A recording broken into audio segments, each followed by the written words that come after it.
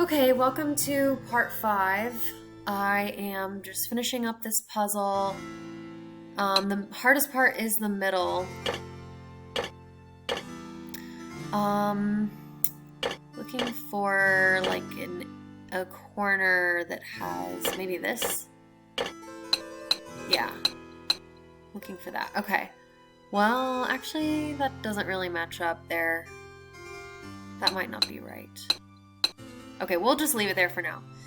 I'm looking for the head of this fish. Where is that? Maybe... No, okay, I don't think I'm doing a very good job of figuring this out. That one looks like it goes there. This one definitely is wrong. But I'm not really sure. Maybe? No. Wait. Actually, yeah. That looks a lot better. This one definitely goes here.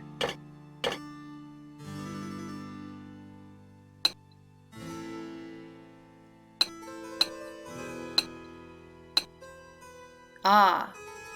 This looks right. This one. Not this one. I don't know where this one goes yet. Not there. Oh, there. That one definitely goes there.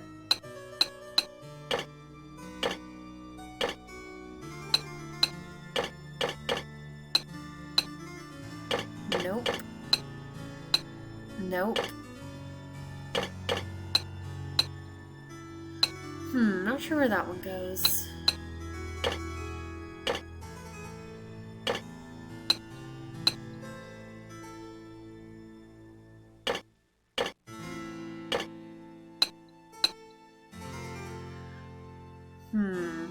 Let's try this one here. No. This one goes there. Okay.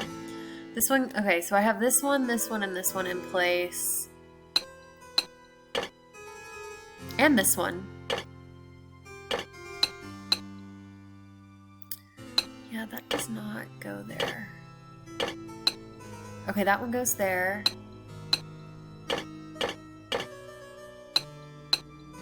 This one. Ah, yes. Here we go. Ta-da! We got a book that we cannot open.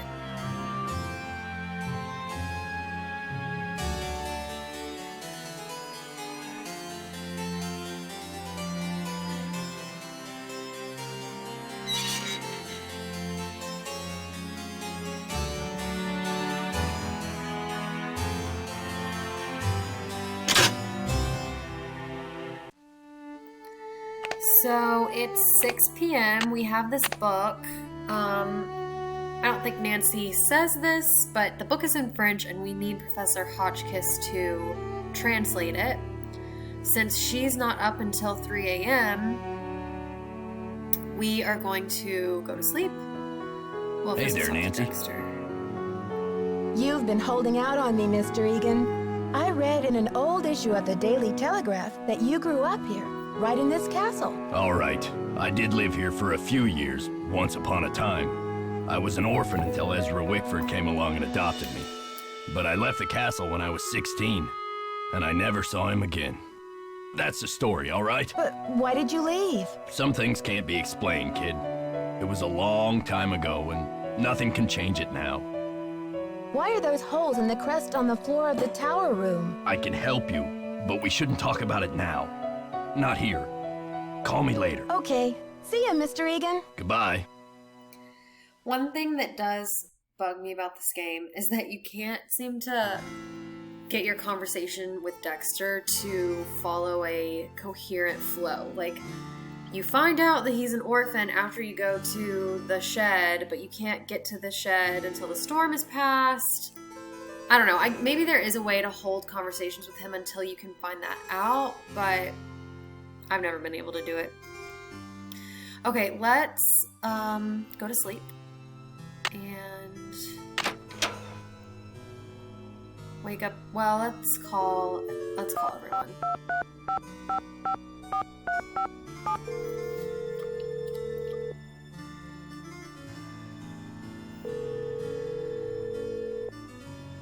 Ned Nickerson Hotline, can I help you?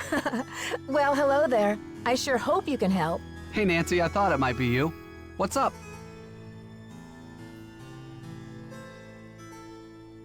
How do you think Ezra Wickford got his hands on Marie Antoinette's red medallion? Maybe Monsieur Leboeuf took it from Marie when he captured her at Varennes. And then Wickford bought it from Leboeuf's family when he bought the library. Bye, Interesting. Ned. Bye. I love how Ned just knows everything.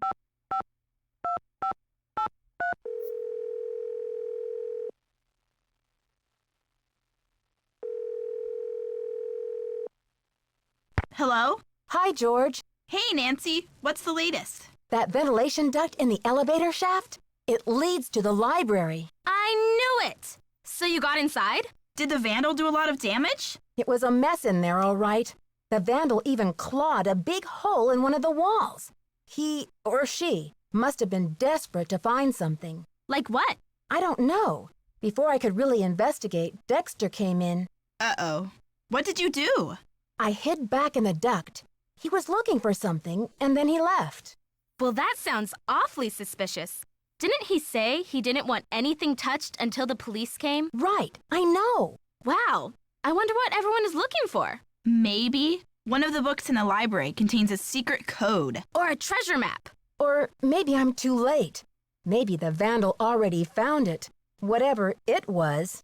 Apparently old Dexter doesn't think so. Get this. I found a secret room in the library. Secret room? It looks like it was Ezra Wickford's study. Would you believe that Dexter Egan was Wickford's adopted son once upon a time? Until Wickford disowned him? Why was Dexter disowned? He was convicted of a felony, counterfeiting. I guess Wickford didn't want any more to do with him after that. Well, that's a checkered past if I ever heard of one. Wonder what he's doing back at the castle. Maybe he wants revenge. Revenge on who? Wickford's dead. It's not logical, George. It's revenge. I've been doing some research on Marie Antoinette. Find anything interesting? Apparently, Marie Antoinette was once given an extravagant tiara with a ruby, a sapphire, an emerald, and a humongous diamond in it. But she hated it and refused to wear it. Who ever heard of a queen who hated jewels? What's even weirder is that before she was executed, the tiara just disappeared.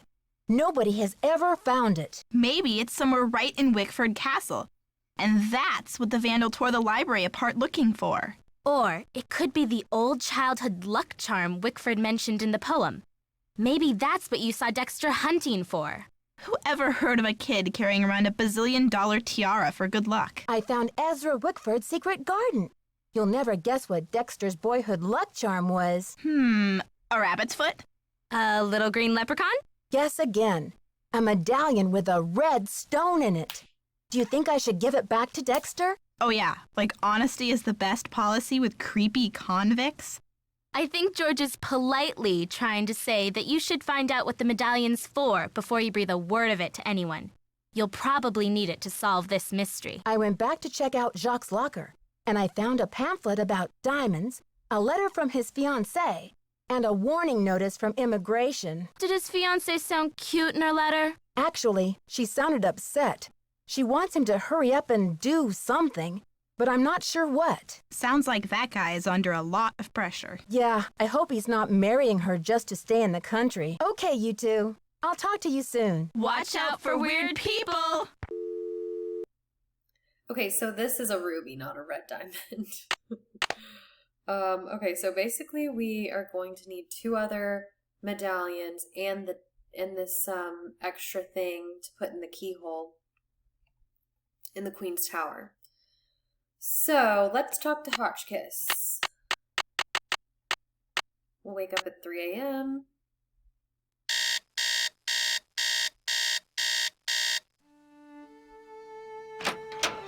And Hotchkiss is going to be in the room that Lisa is usually in.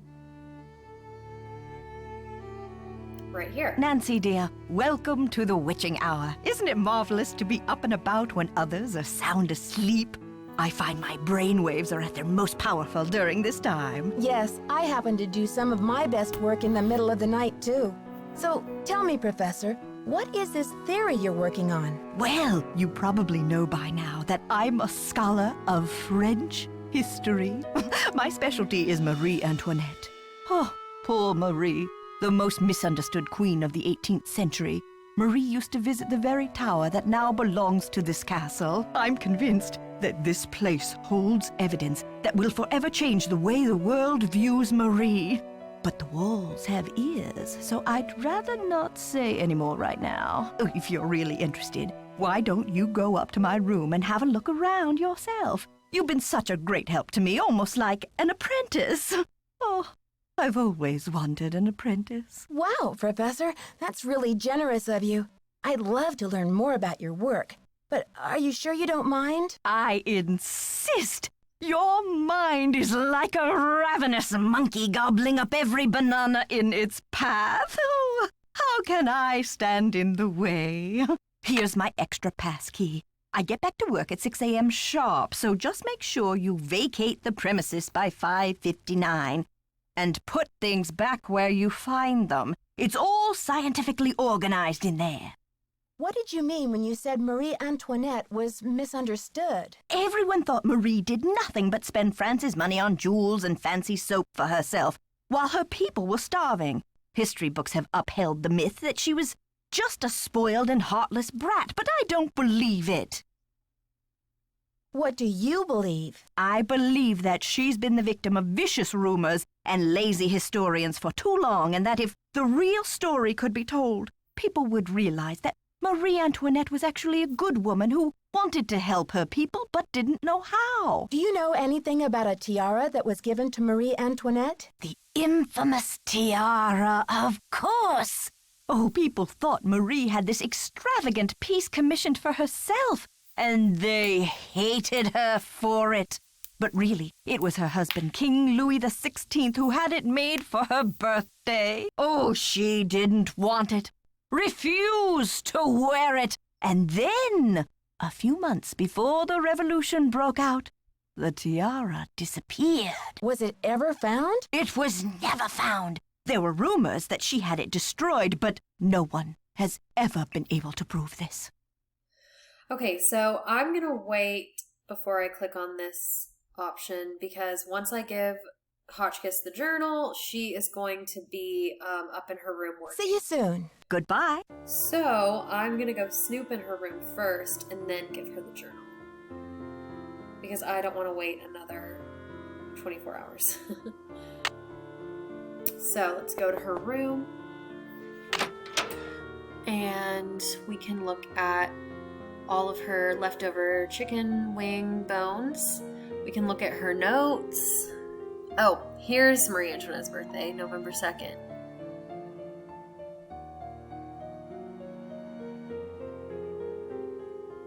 There is no concrete evidence that she was the one who coldly declared let them eat cake in response to the news that her people were starving. Marie was immature but not cruel. Okay. There are the ski boots. Now this is a video camera and something interesting is on here, so let's hit play. Testing. Can anyone hear me? Hotchkiss to Earth. Come in, Earth. Oh, okay. I think we're rolling. Now, let's get a look at these hallways. So rich in detail. You'd never know this place was built in 1920. It's all so 18th C. Oh, and there's Marie. I feel so close to her, just being here. It's as if her spirit is in the air, sweet as the smell of fried chicken. And the video cuts off. We have to charge it. And it will be ready at a specific time. Let's look in her briefcase. Marvelous to receive news of your Progress. I'm sure you are onto something important with the medallion and the stained glass window, but I think the significance of the medallion I've seen through my family letters is it. She gave a medallion to her niece. She told Helga to keep it safe as it was part of a great truth that she hoped would someday help to heal the wounds of France. Helga urged her to explain this great truth, but this was all Marie would indulge. The truth can seem hard and ugly at first, but eventually its hardness becomes a thing of eternal beauty. Bea, you must find out the meaning of this. Keep up the good work, old friend. I know you'll be successful. So it sounds like Hotchkiss had a medallion that this friend of hers gave her. And there's a medallion right there. So maybe that's the medallion that her friend gave her? Let's go ask.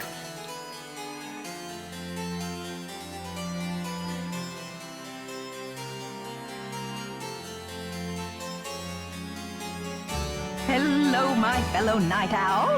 Or perhaps I should say hoot hoot. Ooh, did you find anything of interest in my room? I did pop in there, though interesting doesn't begin to describe the place. Would you mind if I went back another time? Of course not. Pop in all you like, just not when I'm working. I saw a letter on your desk from your friend, the Baroness von Hanseldorf.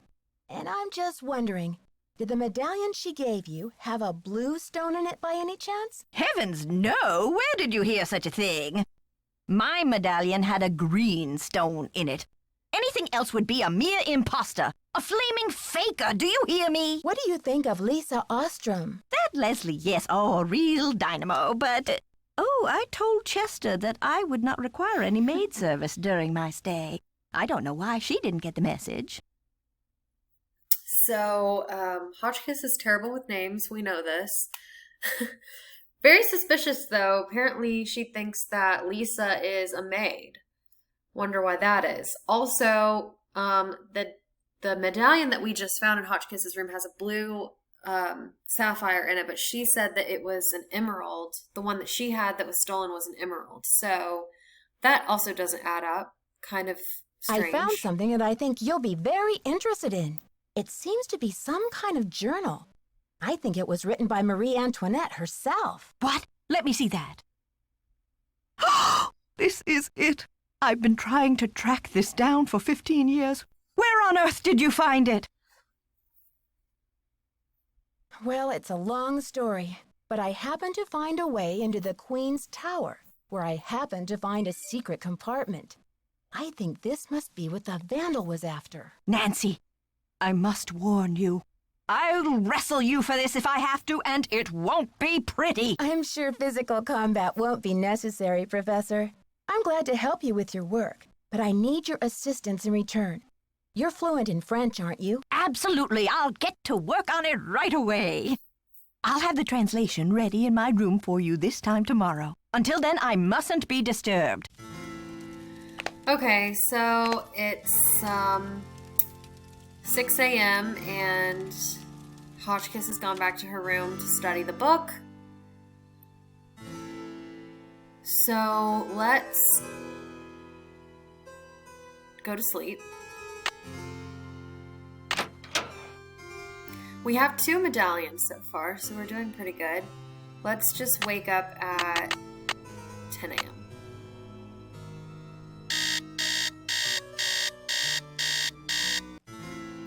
I'm gonna try to call Dexter because earlier he said he wouldn't talk in person.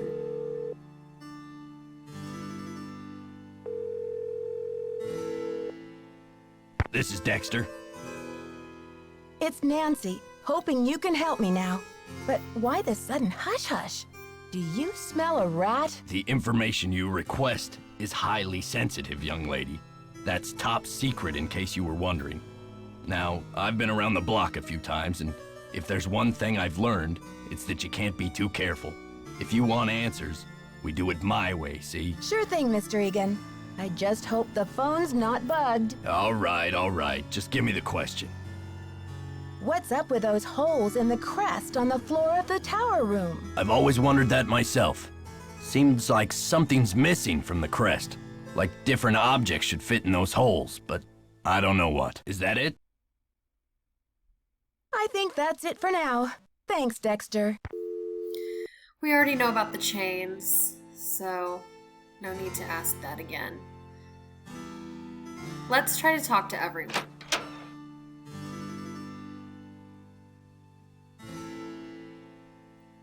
Even though I just talked to Dexter, so I'm not going to try to talk to him. Glad you came down to talk. Get this. I saw Dexter walking out to the maintenance shack with this, green ornament thing in his hand. He's up to something, right? Maybe you should check it out. If you're so interested, why don't you go check it out yourself? I'd love to, but I really should get to work on my article. I'll let you get back to your magazine. Stay warm.